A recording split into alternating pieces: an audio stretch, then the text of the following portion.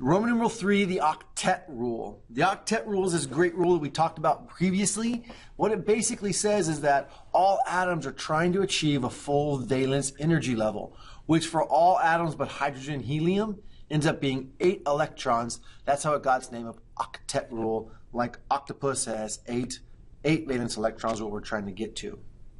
Okay. Now atoms can gain, lose, or share electrons to get there. So far, we've just talked about atoms with very different electronegativities, so it's all been about transfers and not about sharing. Later on, we'll talk about what happens when atoms close to each other on the periodic table who have similar electronegativities react. We're going to find they actually share electrons. But right now, we're going to stay focused on atoms that are metals on the left side of the periodic table with nonmetals on the right side of the periodic table, and those are going to be this ionic transfer of electron thing.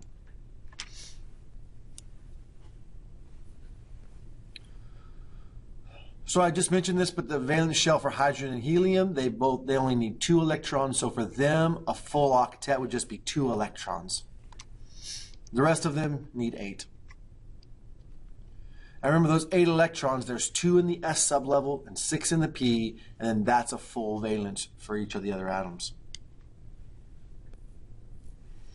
There's an interesting fact. Many of you know that the noble gases right here, boom, right there, do not react with other elements. That's why they're called noble, because they act like they're better than everyone else. I'm not going to react with you. That was apparently my nobility voice. And the reason that is because they already have 8 valence electrons, so they don't tend to form bonds. Now that's true of especially the early ones, like helium, neon, argon. But once you start getting to bigger ones like krypton and xenon on down, some of those are more reactive. We can get them to react just because those electrons are so far away. They can be popped off and pulled on a little easier. Okay, that last bit you don't have to know. That's just nice detail. So I'm going to move on to the next slide. If you need to pause, please do so. So atoms have 2 options when they go to fill up their valence electrons. One of the options is they can gain electrons to get 8 valence electrons, or as we've seen already, they can lose their valence electrons and drop down to the next energy level below, which is already full. That's what sodium did for us. It lost that 1 outside electron, and so it fell back down to that inner energy level, which is already full. But there's 2 options. And let's look at sodium again. Let's look at sodium's 2 possibilities. So there's the electron configuration of sodium, right? So it has 2 electrons in the 1s. It's got 2 in 2s, 2 in 2p, so a total of 8 second energy electrons, and then 1 in 3s. So sodium has these 2 options. It can lose 1 electron, and if it does that, this part kind of goes away, right? And it just has this what's left over, so a full octet. Or it can gain electrons, but to do that, it has to gain a full 7 electrons to pull up and to get a full octet here. So if you can imagine sodium, who is already pretty bad at holding its own electrons, the chance of it gaining 7 more is pretty remote. So this losing 1 electron is how it's going to go. And all atoms, when they have these 2 options, they will always take the one that is the least number of electron change. So whichever one is easiest to do, they're sort of lazy. And I can, I guess, understand that. I can empathize with them. All right, so I'm getting ready to move on, so if you need to pause it, go ahead. All right, comprehension check. So on this comprehension check, I want you to say for each of these elements below, oh, it's coming up all wrong. Oh, that's terrible news. Terrible news. So we'll do this one. We'll just do these together, I guess, each time. So calcium, right? Calcium, if you look on the periodic table, it's in a group 2 element. It has 2 valence electrons.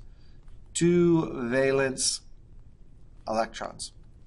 So it has 2 options. It can lose 2 or it can gain 6. I'll let you try to guess what it's going to do. And the option is this one that actually happens. So you do sulfur now. Sulfur is directly near oxygen on the periodic table. So sulfur starts with 6 valence electrons. Valence electrons. It has the option of losing 6 or gaining 2. And if you said gaining 2 is the option, woo, winner, chicken dinner. You don't get a chicken dinner. That's not true. So the next one is boron, and our good friend boron is just to the left of carbon on the periodic table, and it has 3 valence electrons. So 3 valence electrons. It has an option to lose 3 or to gain 5. And if you said lose 3, you are fantastic. Oh, this is all out of order. This is all out of whack. I don't know what happened. I'm going to skip those guys. All right, last thing we're going to do on this lecture. I know this is kind of brutal. This is not a really great way of doing it, but we got to learn how to do Lewis dot structures. So here's what they are.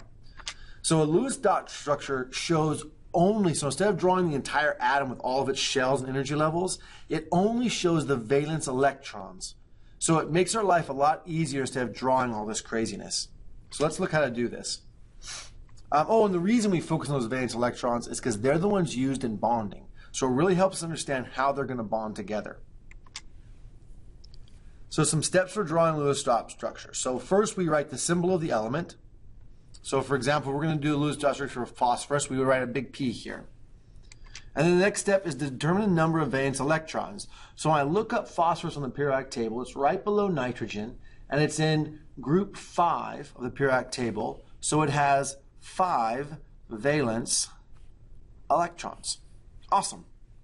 So the next step is place the 5 electrons, however many it has, in this case 5, around the element, 1 electron on each side, and then pair up if necessary.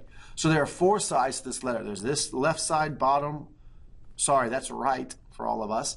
Right side, bottom, left side, top. So what we do is we put an electron here, and we represent electrons with dots. So I put a dot here. Now electrons are all negative, so they tend to repel each other. So the next electron won't actually pair up yet. It's going to go here. So that's 2. That's 3. I've used 3 of my 5 valence electrons. That's 4. And then they're going to pair up and form 5. Now what this tells me is anywhere where there is an unpaired electron, there's the potential of forming a bond there. So phosphorus has 3 bonding sites, and this one that's paired up already, it's not a very good bonding site. Now some bonds can form here, but it's not a very active bonding site. So here 1, 2, 3 possible bonds. Okay. And you can see now I'm just going to, let me erase these guys so you guys can see the other ones come on real quick. So here they would come on 1, 2, 3, 4, and then pair up 5, just like we had it drawn before.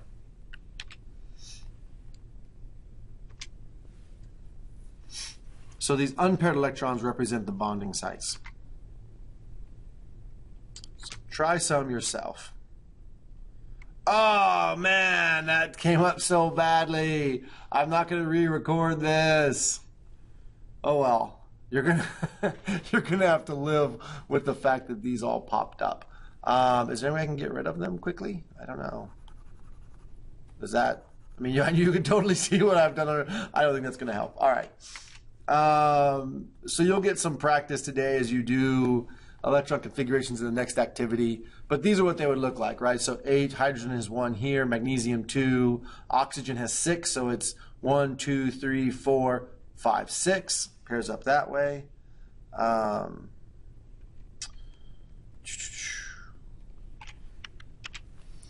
Fluorine, for example, is in group 7, so it has 7 valence electrons. So it would go 1, 2, 3, 4, pair up 5, pair up 6, pair up 7. Argon is paired all the way around. It has no open bonding sites. So I mean, you get the general idea here, hopefully, without having to do it.